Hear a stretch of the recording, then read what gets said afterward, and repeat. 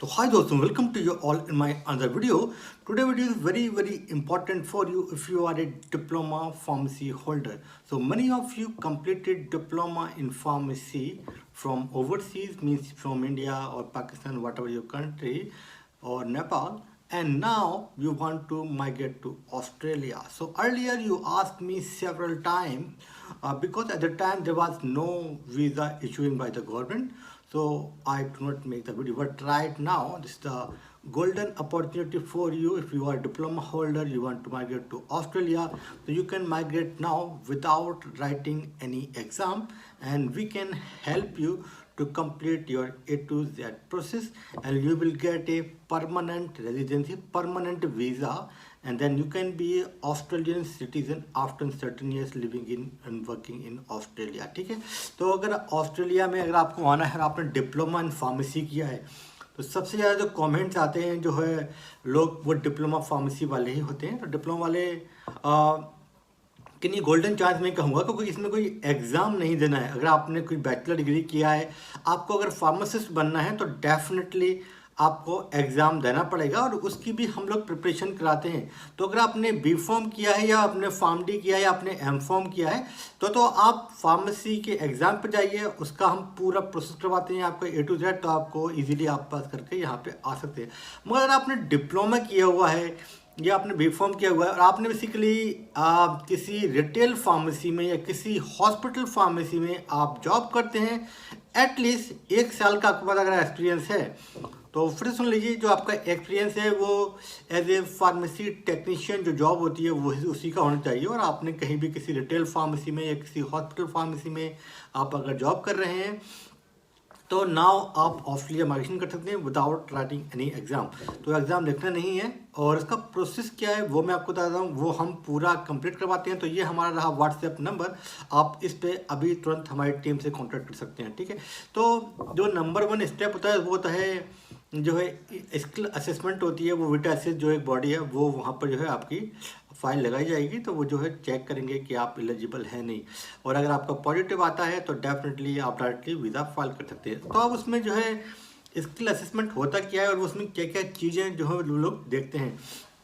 तो इसका असेसमेंट बहुत ही सिंपल सी बात यह है कि जो आपके डॉक्यूमेंट्स, जो आपने डिप्लोमा किया, आपने डिग्री किया है, और जो आपका एक्सपीरियंस है, तो एक्सपीरियंस पे बहुत ज़्यादा जोर रहेगा कि उसको आपको प्रूव करना है कि आपने जो है जॉब की है। तो फॉर एग्जांपल कोई भी आप जॉब करते हैं तो आपको एक ऑफर लेटर मिलता है या एक कॉन्ट्रैक्ट मिलता है, तो उसमें लिखा होता है कि भाई आपके इतने आवर्स आपकी ड्यूटी है, इतनी आपको सैलरीज मिलेंगी, इतनी आपको छुट्टीज मिलेंगी, है ना, और ये कंडीशंस हैं। तो ये सारी चीज़ें उसमें लिखी होती हैं, इसको बोलते हैं कॉन्ट्रैक्ट बोलते हैं, या इसको जो है जॉब ऑफर लेटर बोलते हैं, है ना। तो ऐसे कुछ ही बोल सकते हैं। तो ये जो है एक लेटर आपको मिलता है हर जगह से, और फिर आप कहीं भी जॉब करते हैं तो एटलीस्ट आपको जो है हर मंथ जो है सैलरी मिलती है आपके अकाउंट में, है ना। और इसके अलावा आपने जो है टैक्स फाइल किया हो ईयरली, ना, क्योंकि आप कहीं भी जॉब करते हैं तो आपने टैक्स फाइल करना जरूरी होता है। पर प्रॉब्लम ये है कि इंडिया पाकिस्तान में सैलरी इतनी कम होती है तो लोग वहाँ पर टैक्स फाइल करते ही नहीं है। फॉर एग्जांपल इंडिया में 10 से 15 हज़ार रुपीज़ मिलते हैं, डॉलर नहीं, सॉरी, मैं ऑस्ट्रेलिया में हूँ तो मेरे दिमाग में हमेशा डॉलर चलता रहता है।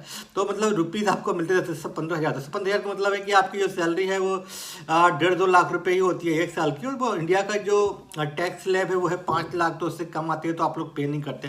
पर अब आपको पे करना चाहिए, क्योंकि वो एक डॉक्यूमेंट है गवर्नमेंट का और वो बहुत ही इंपॉर्टेंट है ना। तो आप किसी भी एक CA जो चार्टर्ड अकाउंटेंट होते हैं, या कोई भी जो आपके यहाँ पर कोई अगर लॉयर है जो टैक्स का फाइल करते हैं, उनसे आप मिलके अभी भी आप कर सकते हैं। बैकडेट में भी लोग करते हैं पहले वाला।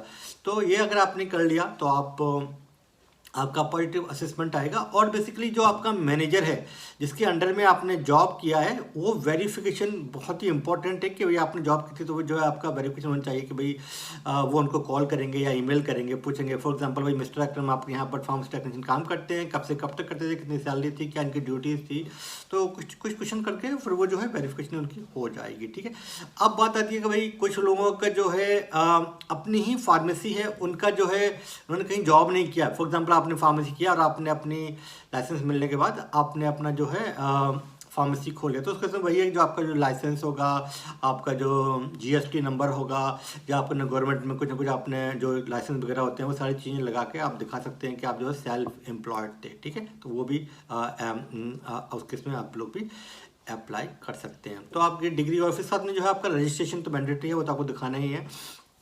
तो ये सारे डॉक्यूमेंट 10-12 की मार्कशीट, डिप्लोमा की मार्कशीट और जो है डिग्री प्लस आपका रजिस्ट्रेशन और जो है एक्सपीरियंस का पूरी सारी चीज़ें दिखाने के बाद आपको ये सब लगाना होगा, है ना। फिर नंबर 2 बात है कि आपको एक इंग्लिश का टेस्ट पास करना मस्ट है। तो बहुत सारे लोग ये बोलते हैं कि सर हमने जो है कि हम आ सकते हैं वहाँ और हमने जो है इंग्लिश हमारी बहुत ही वीक है कि हम आएंगे नहीं। तो Australia is English speaking country है, तो इंग्लिश आपकी बहुत ही शानदार होनी चाहिए, तभी आप यहाँ पे आ सकते हैं जॉब करने। अदरवाइज आपको यहाँ सर्वाइव करना बहुत ही मुश्किल हो जाएगा, ठीक है। तो इंग्लिश मैंडेटरी है। तो जो इसको स्कोर है वो कितना चाहिए, ये लोग बहुत ज़्यादा पूछते हैं कि भाई मिनिमम जो है आपको इंग्लिश चाहिए 6 पर आप वीज़ा फाइल कर सकते हैं। मगर 6 पे जो है आपको 0 पॉइंट मिलते हैं, तो 7 लेकर आएंगे तो आपको जो है 10 पॉइंट मिलते हैं। और ये इक्विवेलेंट है, पीटी भी दे सकते हैं आप, ओईटी भी दे सकते हैं, आप टॉफल दे सकते हैं। कोई भी जो 4 टेस्ट हैं उनमें से कोई भी देते हैं, आईएएस, पीटी, टॉफल। हम लोग जो है पीटी को रिकमेंड करते हैं। पीटी बहुत ही ईजी एग्जाम होता है और हमारे जो टीचर्स हैं वो आपको इसकी प्रिपरेशन करवाएंगे। तो पीटी भी हम आपकी करवाएंगे और असेसमेंट भी हम आपका करवाएंगे, और उसके बाद वीज़ा जो फाइल करेगा हमारा लॉयर यहाँ पे फाइल कर देगा। तो आपका पूरा प्रोसेस जो है हम लोग यहाँ पे करते हैं, ठीक है। अब इसके बाद में फिर आपकी जो है ईओआई होती है, एक्सप्रेशन ऑफ इंटरेस्ट आप डालते हैं कौन कौन से स्टेट में जब ओपनिंग होती है। और फिर उसके बाद जनरली जो है आपको 190 या 491 वीज़ा मिलेगा, और वीज़ा मिलता है ये आपके पॉइंट पे। तो पॉइंट 65 होने चाहिए मिनिमम, और मिनिमम सबके होते हैं, तो आपको प्रॉब्लम करने की ज़रूरत नहीं है। और मैं बहुत सारी वीडियोस के ऊपर बना चुका हूँ, पर आज ये था कि भाई अगर आपने डिप्लोमा किया हुआ है तो भी आप एलिजिबल हैं, ऑस्ट्रेलिया में माइग्रेशन कर सकते हैं। तो ये गोल्डन चांस है आपको और अपनी फैमिली के लिए। तो ये वीज़ा जो मिलता है आपको और आपकी फैमिली को, फैमिली मतलब आपका हस्बैंड है, आपकी वाइफ है, आपके बच्चे हैं, आपके 5 बच्चे हैं, 4 बच्चे हैं, सबको मिलेगा। और इस वीज़ा पे आने के बाद आपकी उन सारे बच्चों की एजुकेशन यहाँ पर फ्री होती है। और यहाँ पर जो है जो हेल्थ केयर होती है, मतलब किसी को बीमारी हो जाती है, कोई प्रॉब्लम है, हॉस्पिटल जाना है, तो वो सारी की सारी चीज़ें भी फ्री होती हैं। अब बता दिए कि भाई फार्मेसी टेक्नीशियन को ऑस्ट्रेलिया के अंदर सैलरी कितनी मिलती है, ये बहुत लोग पूछते हैं। तो ऑन एन एवरेज अगर आप देखेंगे यहाँ पर ये 65,000 के आसपास ईयरली मिलते हैं। और अगर इंडियन रुपीज़ में मैं इसको कन्वर्ट भी कर दूँ तो ये 2.5 लाख रुपए के आसपास जो है पर मंथ मिलते हैं, या जो है इसका आवरली रेट होता है कि 30 से लेके $35 मतलब तक मिल जाते हैं पर आवर फार्मेसी टेक्नीशियन को, है ना।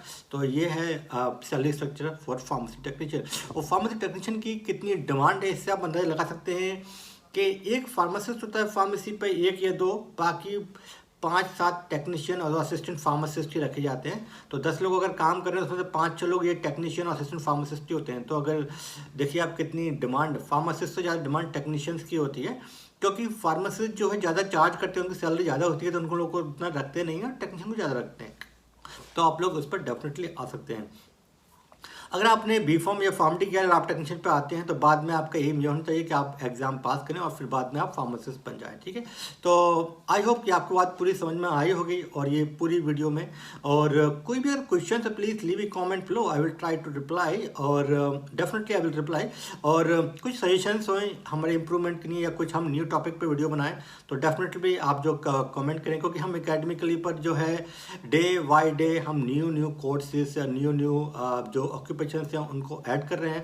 तो हमारे यहाँ पर जाके आप चेक, जो मैं बहुत टाइम्स में जहाँ पर जो है वो ब्लॉग लिखता रहता हूँ हमारी वेबसाइट पे एकेडमिकली पर, तो ब्लॉग को अगर रीड करिए तो वहाँ पर हम स्टेप बाय स्टेप प्रोसेस लिख के देते हैं, if you are do not understand Hindi, you know. तो चलिए ये थी आज की video. I am thank you for watching this video, thank you.